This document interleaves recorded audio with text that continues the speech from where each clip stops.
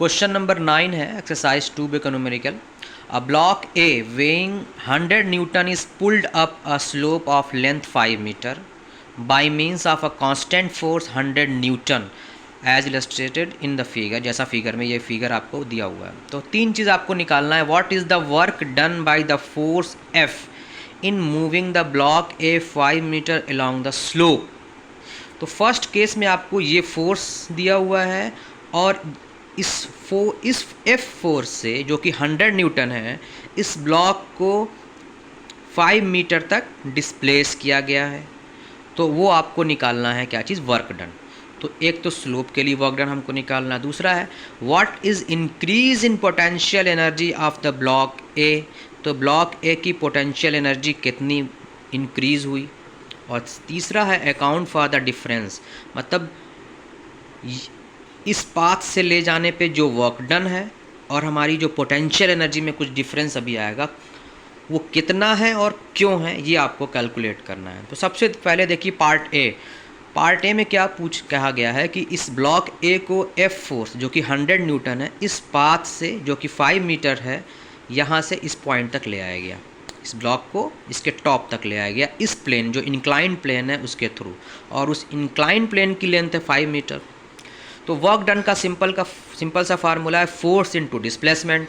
इस ब्लॉक को F force से पुल किया जा रहा है और उस एफ फोर्स की वैल्यू गिवन है क्वेश्चन में 100 न्यूटन। तो F is 100 and the distance of inclined plane is 5 metre. तो डिस्प्लेसमेंट की वैल्यू रख दिया हमने।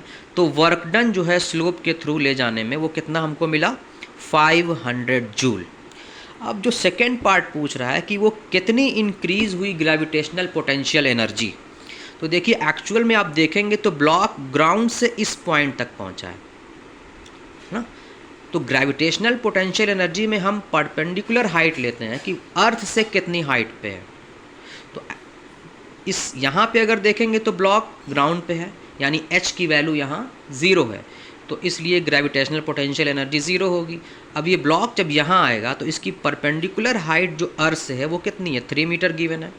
तो हम इस वैल्यू को लेके हम ग्रेविटेशनल पोटेंशियल एनर्जी निकालेंगे, ना कि इसमें, क्योंकि एक्चुअल में हम अर्थ से कितनी ऊपर आए हैं, 3 मीटर ही आए हैं। यूज़ हमने इस पाथ का किया है, लेकिन मेरा डिस्प्लेसमेंट क्या है, वो 3 मीटर ही है। तो इंक्रीज़ इन पोटेंशियल एनर्जी क्या निकालेंगे, डेल्टा पी, जिसको मैं डिनोट कर रहा हूँ। तो potential energy at a height of 3 metre, जो कि ग्राउंड से हम कितनी ऊपर चले गए, 3 मीटर पे चले गए, minus potential energy eight ground. तो पोटेंशियल एनर्जी एट 3 मीटर पे क्या होगा, यहाँ पे हम वेट लेंगे किसका, उस ब्लॉक का। तो यहाँ ब्लॉक का वेट दिया हुआ है क्वेश्चन में 100 न्यूटन, और फोर्स वेट क्या है, एक तरह का फोर्स है, और डिस्प्लेसमेंट जो वर्टिकल हाइट है वो कितनी है, 3 मीटर है।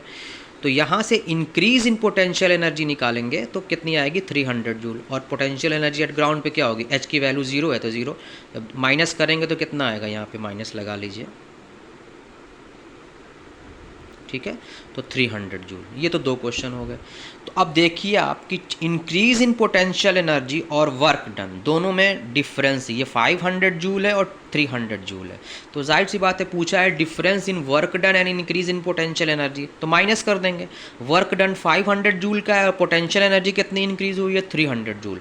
तो 200 जूल का डिफरेंस है। पूछा है कि ये डिफरेंस क्यों है, तो रीज़न इसका ये है कि हमको एक्स्ट्रा वर्क करना पड़ा है इस पाथ पे। जब हम जाएंगे, ये जो इंक्लाइंड पाथ है मेरा, तो इस पे हमको फ्रिक्शन के अगेंस्ट कुछ वर्क डन करना पड़ेगा, इसलिए वर्क डन ज़्यादा है और एक्चुअल हाइट ये है रीज़न इसका।